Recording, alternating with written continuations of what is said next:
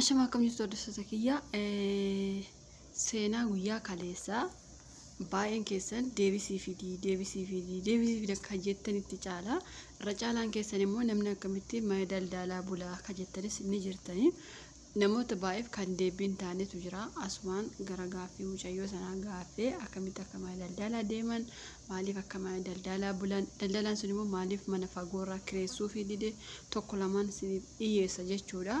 Maaliifi baay'ee keessatti kaleessa gaaffii ta'ee ture namoota akkasuma seenaa qaban ni jiranii qaamaan nu dhiyyeessii sagalee isaaniitiin barbaanna kan jettanis yoo jiraatan koomentii jala kaa'aa viidiyoo kiyya garuu laayikii gochuun dagattanii na fakkaate yoo isin tole laayikii godhaa laayikiin baasii isin barbaachisu osuma dhaggeeffattanii osuma kofaltanii bashannantanii laayikii tuqaa jechuudha.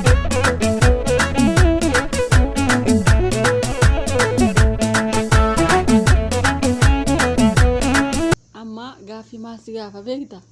Ijoolleen kaleessa maal siin jedhan beekta?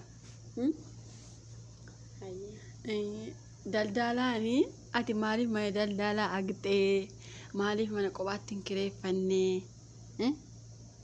Maaliif mana kophaatti hin kireeffannee? Tokkommoo maal jedhanii? Mucayyooni maaliif? Mucayyoon baddu'aa maa yoo inni na waame oliin seena jettee siin jedhe. Atuguma kaleessa hin qooste olin seena jette moo uguma tonni si waame ol seenta moo akkami? Isa kaleessa jetu nawaan otu si waame akkam jetta ol galta moo maal jetta sajjette saniifi ani kaleessa nan qoose. Olin seentu jechuudha. Tonni si waame iyyuu olin seentu wajjin. Eeyyoo.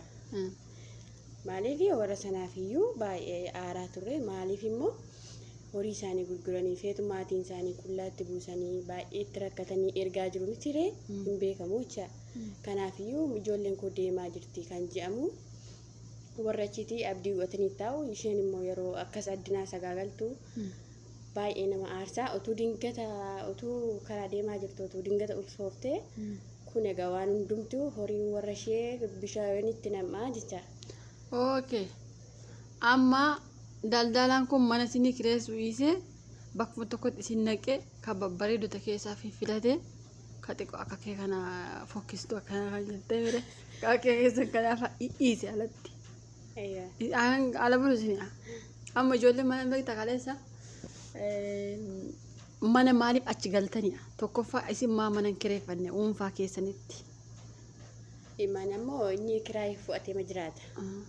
Mana kiraayii fudhatee jiraata lammaffaa hin fuudhamu jee gibbiin sun bal'aa achuma keessa nu gashi sababa kanaatti dhiibne jecha mana kiraayii fudhachuu. Isin mana kiraayii fudhachuu sababa kanaatti dhiiftan. Okay. Inni otoo isin mana kireeffattanii qarshii qabaattanii mana kireeffattanii akka isin kireeffattan siin go'a moo of biratti isin qabee akka isin gibbii sanaan baane siin go'a? Yaa utuu qabaannee kireeffannee inni ishiin hin jiru. Inni ishiin hin jiru. Okay amma anaan gaafachuu dandeessati waa'ee daldala kanaa illee hin beeka.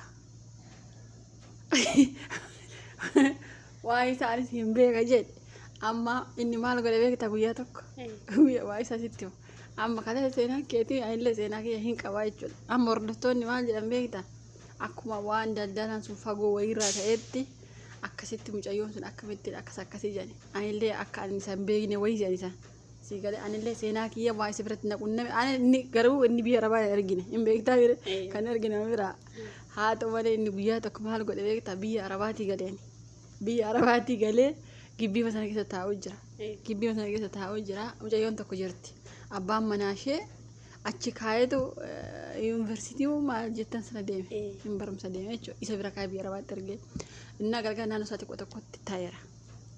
Ani immoo biyya arabaatii galee gara biyyaatti achi hin galle gana achi galuuf jira jechuudha. Ani egaa namichi nama gaarii wayiisee bakka maaliif nama kabajama akkuma tu agartee nama bakka hojjaan simatu. Innaa gibbii keessa ani immoo xiqqoo diyaaspooraa miti biyya arabaatiin gala waan ta'eef xiqqoo ijoolleen walitti qabe kun xiqqoo nan boonaa mira biyya arabaatiin gale waan ta'eef hin beekta warra diyaaspooraa. Innaa gibbii keessa taa'aa jiru.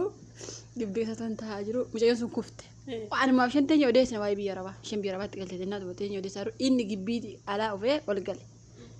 Namichumti keessa muu jechuudha kan bisin mammara xaloo gashattas na guyyaa kaleessaati.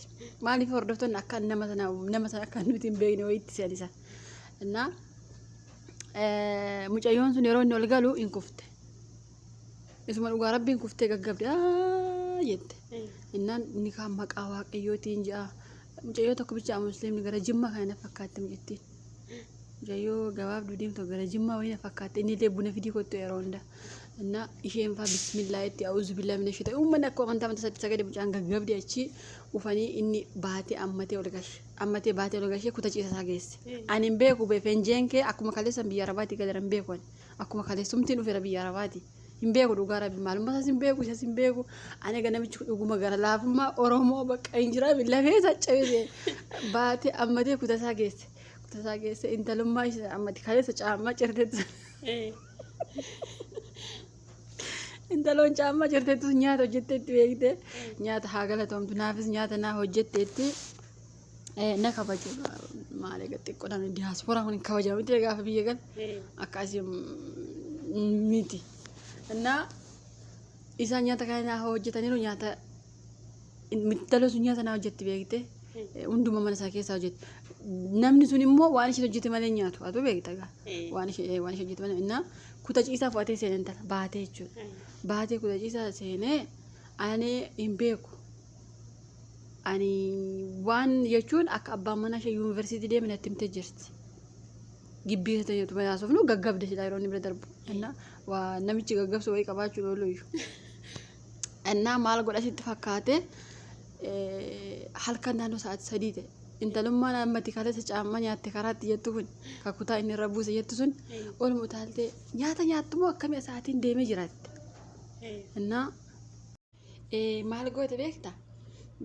Nyaata kana nyaattumoo nyaata nyaattumoo nyaattani jette. Nyaattumoo nyaattani edaa isheen adikoo situ ammanatti walis tooti kaleessa irratti himnete ani maal akka gidduu jalaa jiru hin beeku beektaa?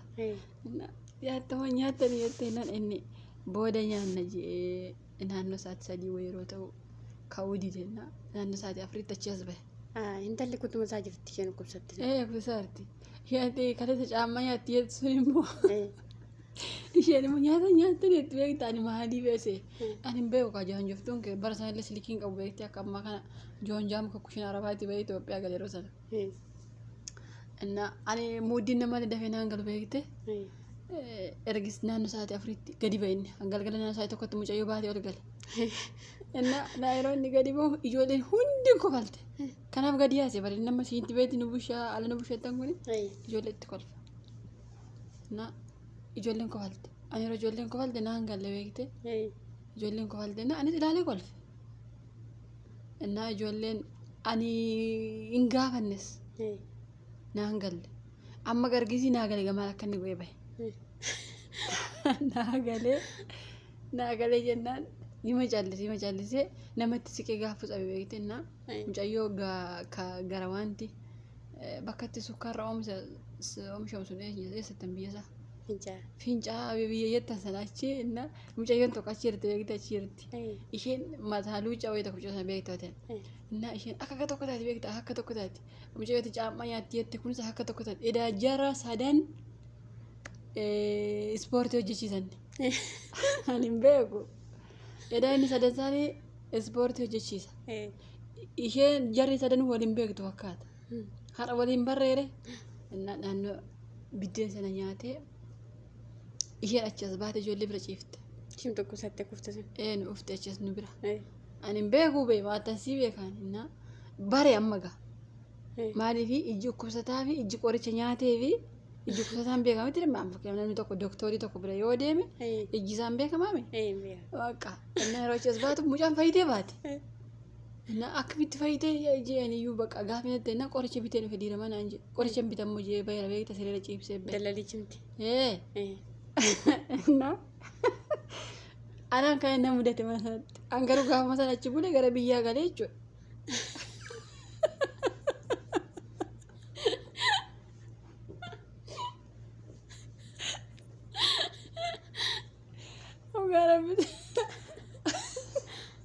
Laa amma ergisii gaafa duwwaan ichiitti dhaga'u isinillee karaa isaa deemuu jirtanii jechuu ageegan.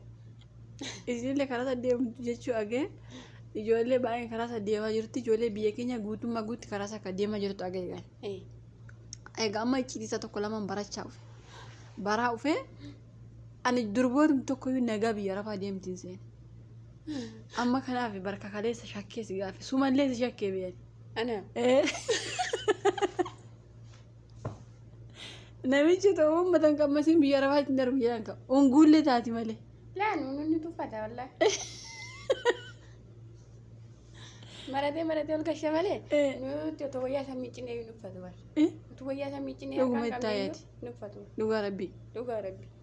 Sabiinka. Maal lubbuu siina nussa.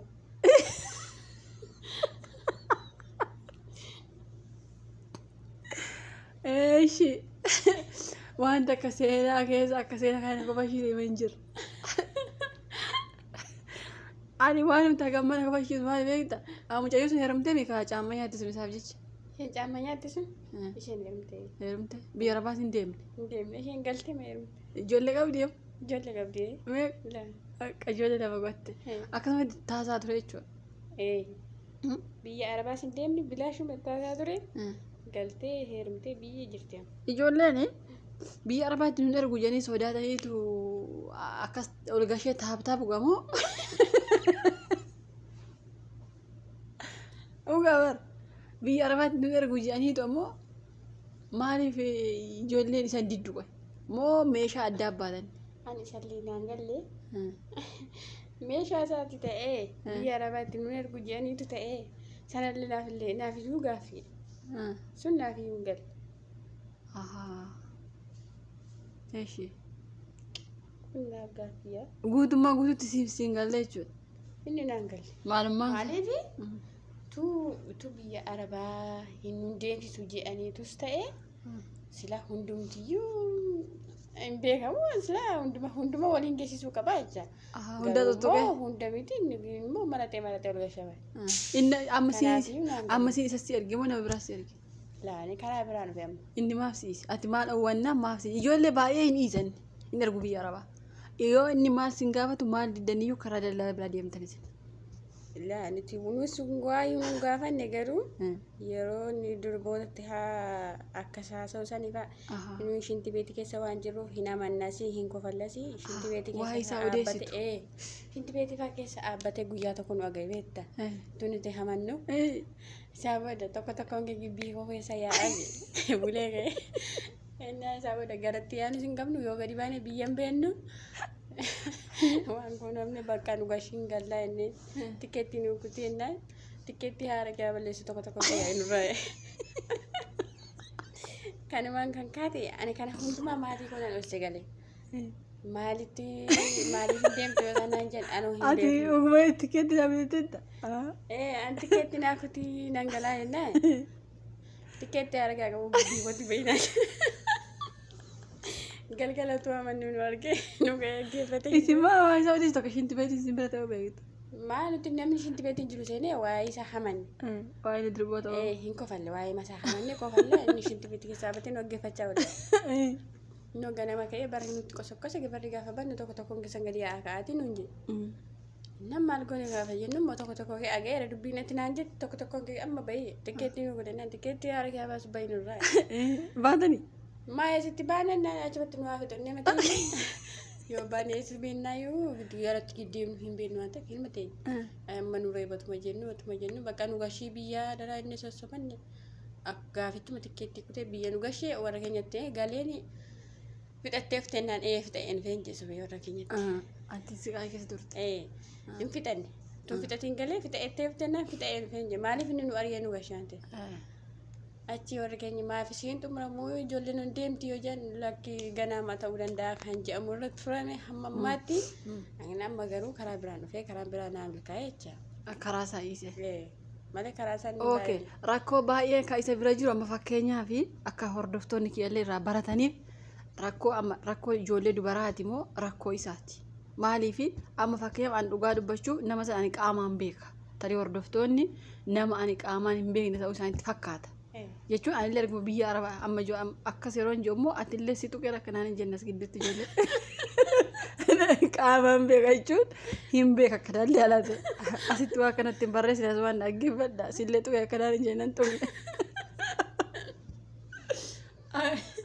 dhaggeeffadha adama fakkeenyaaf durbootatu isa jala imirse moo isa jala fiigi moo isatu dhuguma durboota kana jaalate wajjin fiiga atama badii amma akka fakkeenyaatti amma akka ijoollee bakka shamarraa tokko buute shamarra sanatu badii qaba moo dhiira sana badii qabattee yaaddatte. Shamarroonni siisa garuuf jala shiminu inni immoo nyaarmaa waamaasaa akkanitti waamusaa hin beeku bakkee maa hanuma durbiroonni ol galtee jibuutti bulte bichaa agarrame. Ooluma galee wajjin buluu bichaa argitusin. Yeroo inni yaada fixatiin beektanii wajjin haasa'e yeroo inni hin beeknu nooksa kutaa isaa galshaa waan ta'eef nuyi kutaa isaan gallu sobeema yookiin hojii wayii hojii ujaa yookiin buna nu danfisijee tokkuma waamee ol gasha beekta. Achumaan bakka isheen gadi hin baatu. Achi bulti. Kanumaan fixatan achitti. Ishuma bira bubbulaa jechuudha. Amma isheen galtutti immoo ishuma bira bula gaafa isheen galtee ammas tokko ol gasha. As amma amsa kanarratti amma namni kun nama abbaa manaa qabullee akkasuma go'a. Durba bichaa miti be. Dhugaa rabbi nama abbaa manaa qabullee akkasuma go'ee nama inni waggaa naannoo 7 wajjin jiraate waan beeka qaamaan. Namni 7 akka wajjin jiraate amma hiisee jira. Isheen ka biratti heerumteerti. Atama fakkeenyaaf isatu ol gashatee nyaaraa waama ta'ee hin beeku jette. Ani immoo bakka shamarraa bu'ee maasin jechuu barbaada beekta shamarra badii qabaasin jechuu barbaada. Maaliif daldala isa bichaa miti yeroo inni akkas jiru maa isanii karaa biraan deemne tokko gaaffii lammaffaa yeroo isaan waan kana wal gaafatan isin silkiitiin fixate moo isin bira ofee waame moo kootu bu'ee danfisijee ol waame achumaan bushee fakkeenyaaf buna kana gargaara danfisti moo guyyaa danfisti moo sa'aatii buna danfistetti isin biraa qabee kutasaa ol gasha moo akkam asirratti fanuu sa'aatii misaas ta'ee sa'aatii galgalaas ta'ee bashannanmaa sobee masa buna danfisiisu fakkaatee ol waamame tiire achi bakka achumaanii dubbii hidhatu ta'ee sunillee naan gallee garuu gadirboonni akkasuma waliin turtee maaliif egaa yookiis immoo biyya arabaas hin deemtu jechuu danda'a. Seenaan kun dheeraa waan ta'eef viidiyoon itti fufaa jechuudha.